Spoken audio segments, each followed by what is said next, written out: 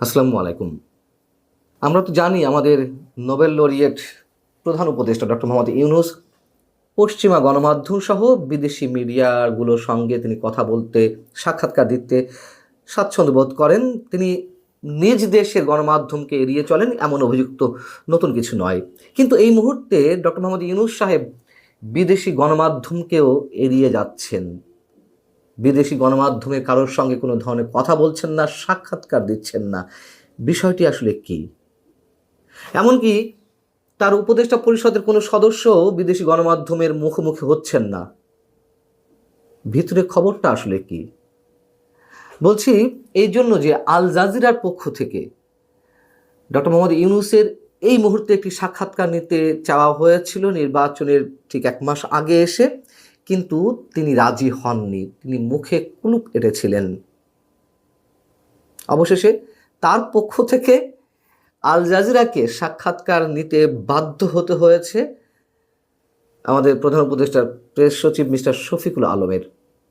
এবং মজার বিষয় হচ্ছে, আল জাজিরার সাংবাদিক শ্রী নিবাসন জৈন, তার যে প্রশ্নের মারপ্যাচ সেখানে একেবারে ধরা পড়ে গেছেন, ধরা খেয়েছেন আর কি। মিস্টার শফিকুল আলম ভ্যাবাচেকা খেয়ে গেছেন। Very interesting. এবং তার বক্তব্যের পরতে পরতে যে কতটা অসত্য, সরকারের ভিতরকার সব বিষয় যে কত অন্তঃসারশূন্য এই মুহূর্তে, সেটি তার নিজের বক্তব্যের মধ্য দিয়েই বেরিয়ে এসেছে। এক এক সময় এক এক কথা। আমি একটু বলি আপনাদের সামনে, কিছু অংশ আপনাদের সামনে তুলে ধরি। এখানে খুব বেশি মন্তব্যের কিছু নেই, শুধু প্রশ্নোত্তর পর্বগুলোর কিছুটা বাদ দিয়ে আমি আপনাদের সামনে তুলে ধরছি। এবং আল জাজিরার পক্ষ থেকে নির্বাচনের ডামাডালের মধ্যে যে রাজনৈতিক উত্তেজনা বৃদ্ধি, একের পর এক রাজনৈতিক হত্যাকাণ্ড, গণমাধ্যমের কার্যালয় জ্বালিয়ে দেওয়া, গুড়িয়ে দেওয়া, সাংস্কৃতিক প্রতিষ্ঠানে হামলা, হিন্দু ব্যক্তিকে পিটিয়ে হত্যা সহ আরও অনেক বিষয় সেখানে উঠে আসে।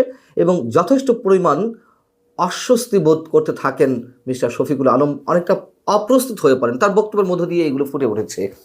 শ্রীনিবাসন জৈনের প্রশ্ন ছিল আল জাজিরা পক্ষ থেকে। এবং তার আগে বলি যে তিনি যে বক্তব্য দিতে চাচ্ছেন না, ডক্টর মোহাম্মদ ইউনূস সাক্ষাৎকার এড়িয়ে যাচ্ছেন, সেই বিষয়টিও নোটিশ করেছেন আল জাজিরার সাংবাদিক। তিনি সরাসরি শফিকুল আলমকে বলছেন যে সাধারণত অন্তর্বর্তী সরকার নিয়ে সাক্ষাৎকার নিতে চাইলে আমরা প্রধান উপদেষ্টার সঙ্গে কথা বলি এবং তাকে পাওয়া যায়, কিন্তু এবার কিছুটা দ্বিধা লক্ষ্য করা গেছে। আমরা তার সঙ্গে কথা বলতে পারিনি, এমনকি কোনো মন্ত্রী সমমর্যাদার উপদেষ্টাকেও পাওয়া কঠিন ছিল। কিন্তু অন্তর্বর্তী সরকারের ভিতরে এমন কোনো উদ্বেগ কি আছে যার কারণে এই অনীহা সবার মধ্য থেকে প্রকাশ পাচ্ছে? উত্তরে শফিকুল আলম বলছেন যে না না না, আমি সেটা মনে করি না। তারা তাদের কাজে খুবই ব্যস্ত এবং তাদের সবচেয়ে বড় দায়িত্ব এই মুহূর্তে নির্বাচনের আয়োজন করা। তারা এমন কিছু বলতে চান না এই মুহূর্তে যাতে নতুন করে বিতর্কের মধ্যে পড়েন। কি আশ্চর্য! যেখানে সেখানে যত তত্ত্ব যেসব বিষয়ে কথা বলছেন উপদেষ্টারা, ভোট নিয়ে মহাব্যস্ত, আর বিদেশি গণমাধ্যমের সঙ্গে কথা বলার সময় তারা পান না। কি হাস্যকর একটি বিষয়। আল জাজিরার পক্ষ থেকে প্রশ্ন ছিল যে সরকার কি আদৌ পরিস্থিতি নিয়ন্ত্রণে রাখতে পারছে সব কিছু? এবং নির্বাচনী প্রচারণার সময় ঢাকায় যে একজন প্রভাবশালী যুব নেতাকে হত্যা করা হলো, দুটি বড় গণমাধ্যম জ্বালিয়ে দেওয়া হলো আগুন দিয়ে, এটা কি চরম আইনহীনতা নয়? শফিকুল আলম বলছেন না না, সরকার সব কিছুই নিয়ন্ত্রণে রাখতে পারছে। হামলাগুলো করেছে মব এবং সেগুলো ঠেকাতে আমরা সেনা পাঠিয়েছিলাম। খেয়াল করুন, হামলাগুলো করেছে মব এবং সেগুলো ঠেকাতে আমরা সেনা পাঠিয়েছিলাম।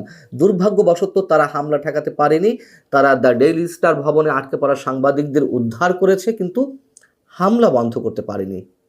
কি আশ্চর্য!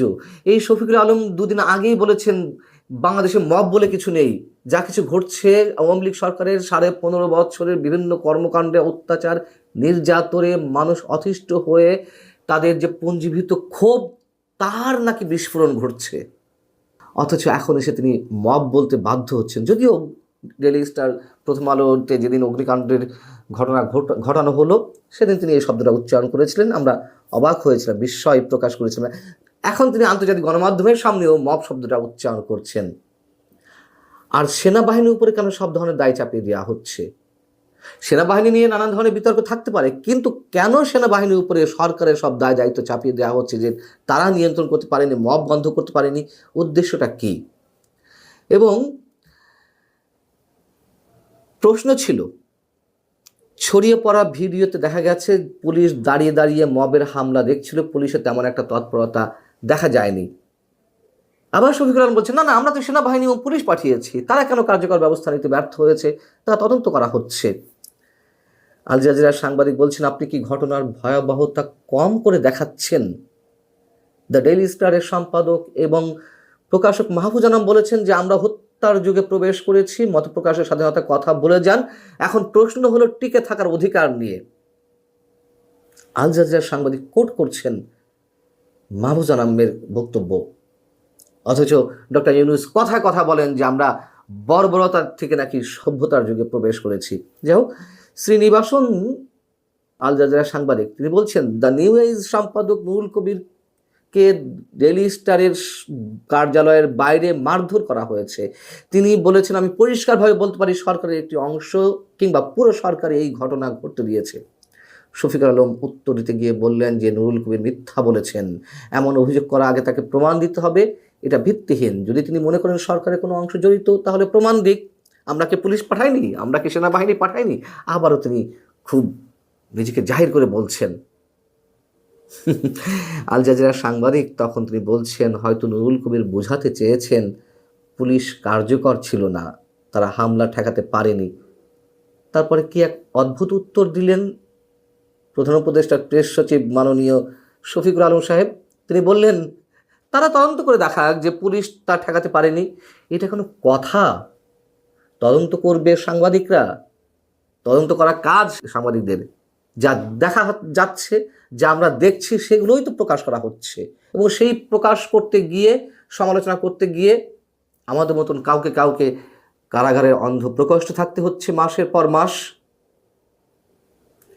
আল জাজিরার পক্ষ থেকে প্রশ্ন করা হলো পরবর্তীতে এসে, কিন্তু সেই ব্যাখ্যা কি সরকারের পক্ষ থেকেই আসা উচিত না? যেটা বলছিলাম যে তদন্ত বা ব্যাখ্যা যারা অভিযোগ করছে তাদেরকে নাকি দিতে হবে, তদন্ত করতে হবে।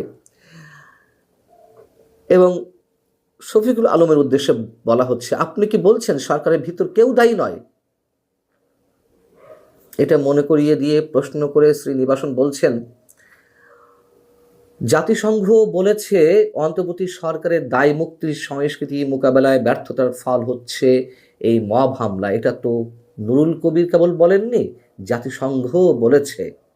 তখন আবার শফিকুল আলম বলছেন, আমি সেটাও প্রত্যাখ্যান করি। আমাদের রেকর্ড দেখুন, আমরা 17 মাস ধরে ক্ষমতায় আছি, এই সময়ের অপরাধ পরিসংখ্যান পুলিশের কাছ থেকে দেখুন। আহা, কি দেখব? শ্রীনিবাসন জৈন প্রশ্ন করছেন, আপনি নুরুল কবিরের অভিযোগও প্রত্যাখ্যান করেছেন, জাতিসংঘের মূল্যায়নও প্রত্যাখ্যান করেছেন, অর্থাৎ আপনি এটা অস্বীকার করছেন যে সরকারের ভেতরে বা জোটে কোনো চরমপন্থী উপাদান আছে যারা সরকারকে অনেকটা হাইজ্যাক করে ফেলেছে, যার কারণে এসব ঘটনা ঘটছে। আবার বলছি, সব আজগুবি কথা, এগুলো কোনোটাই সত্য নয়। এটি আমাদের ইতিহাসের অন্যতম সেরা ক্যাবিনেট, যেখানে শিক্ষাবিদ রয়েছেন, শীর্ষ সাবেক আমলারা রয়েছেন, অবসরপ্রাপ্ত সাবেক জ্যেষ্ঠ সামরিক কর্মকর্তা, কূটনীতিক এবং মানবাধিকার কর্মীরাও উপদেষ্টা পরিষদে রয়েছেন। শ্রীনিবাসন তাহলে বলছেন তারপরে যে তাহলে হাসিনা বা তার সমর্থক নির্বাচনের আগে বাংলাদেশে সন্ত্রাসী কার্যক্রম করার জন্য উদ্বুদ্ধ করছে, আওয়ামী লীগ নাকি সন্ত্রাসী কার্যক্রম করতে উদ্বুদ্ধ করছে, এটার প্রমাণ কোথায়? তখন তিনি বলছেন, কেন প্রমাণ দেখাতে পারিনি? প্রমাণ তো আছেই আমাদের কাছে। শেখ হাসিনার অডিও বার্তা আছে, দলীয় নেতাদের সঙ্গে আলোচনা করছে, সেগুলো আমরা পরীক্ষা করছি, আমাদের গোয়েন্দা সংস্থাগুলো সবসময় সেগুলো নজরে রাখছে। কি অদ্ভুত বক্তব্য!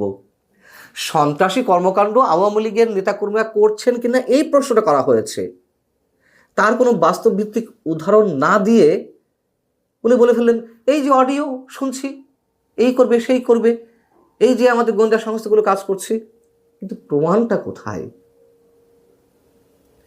আল জাজিরার পক্ষ থেকে প্রশ্ন করা হলো যে এই নির্বাচনে ডক্টর ইউনূসের পরীক্ষার শেষ অধ্যায়, তিনি কি সব মিলিয়ে দায়িত্ব পালন করতে পেরেছেন বা পারছেন? শফিকুল আলম সবসময় যা বলেন, আবারও তাই বললেন। তিনি অসাধারণ কাজ করছেন, ইতিহাস তার প্রতি সদয় হবে। তিনিও তার সরকার একটি ভঙ্গুর অর্থনীতি সামলাচ্ছেন। একটি গণভ্যুত্থান হয়েছে, মানুষ ক্ষিপ্ত, তিনি সবাইকে শান্ত করে স্থিতিশীলতা বজায় রাখতে পেরেছেন। বর্তমানে যা চলছে তা নাকি স্থিতিশীলতা। কপাল ভালো, রাজনৈতিক দলগুলো এখনো পর্যন্ত ডক্টর মোহাম্মদ ইউনূসকে সমর্থন দিয়ে টিকিয়ে রেখেছে। নইলে অস্থিতিশীলতা কাকে বলতো, সম্ভবত সেই দুর্ভাগ্য হতো আমাদের তা অবলোকন করার। তিনি বলছেন যে আমাদের রেকর্ড আছে, আমরা অর্থনীতি পুনরুদ্ধার করতে পেরেছি, আইন শৃঙ্খলা পরিস্থিতির উন্নয়ন করতে পেরেছি, শান্তি স্থিতিশীলতা ফিরিয়ে আনতে পেরেছি, আমরা নতুন পররাষ্ট্র নীতি নিয়েছি, গৌরবের সঙ্গে আমরা সাংস্কৃতিক বৈচিত্র্যকে তুলে ধরছি। বলুন, বৈচিত্র্যময় সাংস্কৃতিক কর্মকাণ্ড তুলে নাকি ধরছে এই সরকার। সাংস্কৃতিক কর্মীদের উপর হামলা, নাট্যকর্মীদের উপর হামলা, নাটক যাত্রাপালা বন্ধ করে দেওয়া, মব সৃষ্টি করা, বাউল সম্প্রদায়ের উপরে আঘাত হানা, এইগুলো নাকি বৈচিত্র্যময় সংস্কৃতি। নতুন পররাষ্ট্রনীতি গ্রহণ করেছে সরকার, তা বটে।